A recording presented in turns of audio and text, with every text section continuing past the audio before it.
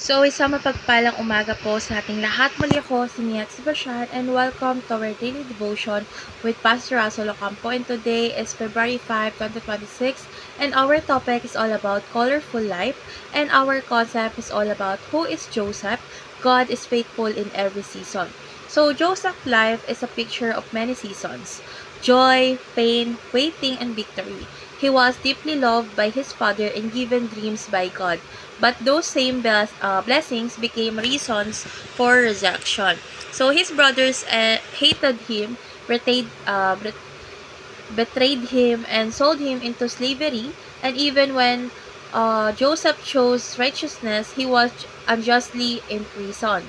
Yet through every season, God never left Joseph quietly, shaping his character and preparing him for a greater purpose. So Joseph's story reminds us that God is faithful in every seasons of life, and no pain or delay can cancel His promises. So our Bible readings for today is all about Genesis chapter 37, verse 3 and 4, KJV version. So now Israel loved Joseph more than all his children because he was the son of his old age, and he made him a coat of many colors.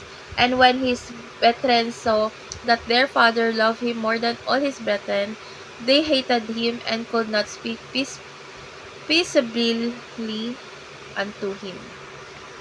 So, let's go on to our teaching. So, yung first teaching is life under God is a beautiful life. So, Joseph's life began with favor, love, and divine dreams from God. So, even though difficulties follow his life was never outside God's care, a life under God may be easy, but it always meaningful and purposeful.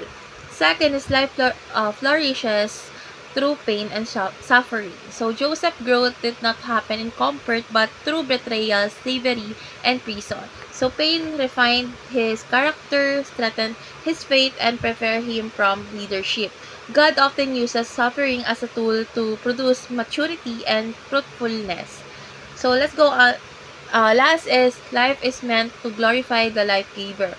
So Joseph's story ultimately points to God's faithfulness, not Joseph's greatness. So every season of Joseph's life reflected God's power and wisdom. So our lives too are meant to point others back to God, the source of life.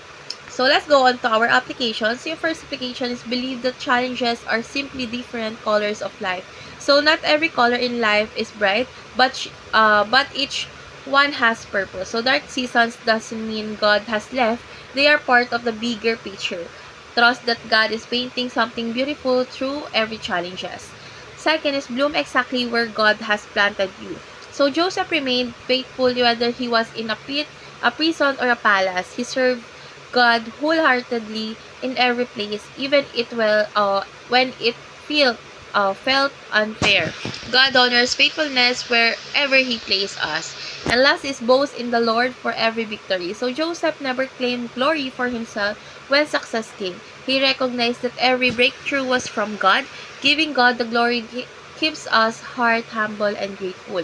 So let's go on to our last part, which is our discussion. And our discussion talks about how does Joseph's story help us trust God when our lives go up and down.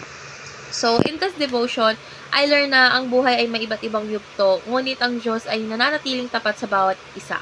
So, tulad ni Joseph, maaaring hindi natin agad naiintindihan ang nangyayari, pero patuloy pa rin kumikilos ang Diyos sa likod ng lahat. So, dapat natin ito i-apply sa ating buhay sa pamagitan ng pagtitiwala sa Diyos, kahit may pagsubok, paniniwalang ginagamit niyang bawat season natin para sa kanyang layunin. So, let's go on or let's dive deeper to the first or last question, which is how is Joseph a shadow type of Jesus? So Joseph was loved by his father but rejected by his brothers. So just as Jesus was loved by the father yet rejected by his own people, Joseph was falsely accused and suffered unjustly, but later was exalted to save many lives, just as Jesus suffered on the cross and was exalted to bring salvation. So Joseph's life points forward to Christ, showing how God uses suffering to bring redemption. So let's pray. Lord God, thank you for reminding us that you are faithful in every seasons of life. Help us trust you when life is confusing, painful, and uncertain. Teach us to bloom where you have planted us and to give you all the glory in every victory. In Jesus' name we pray. Amen.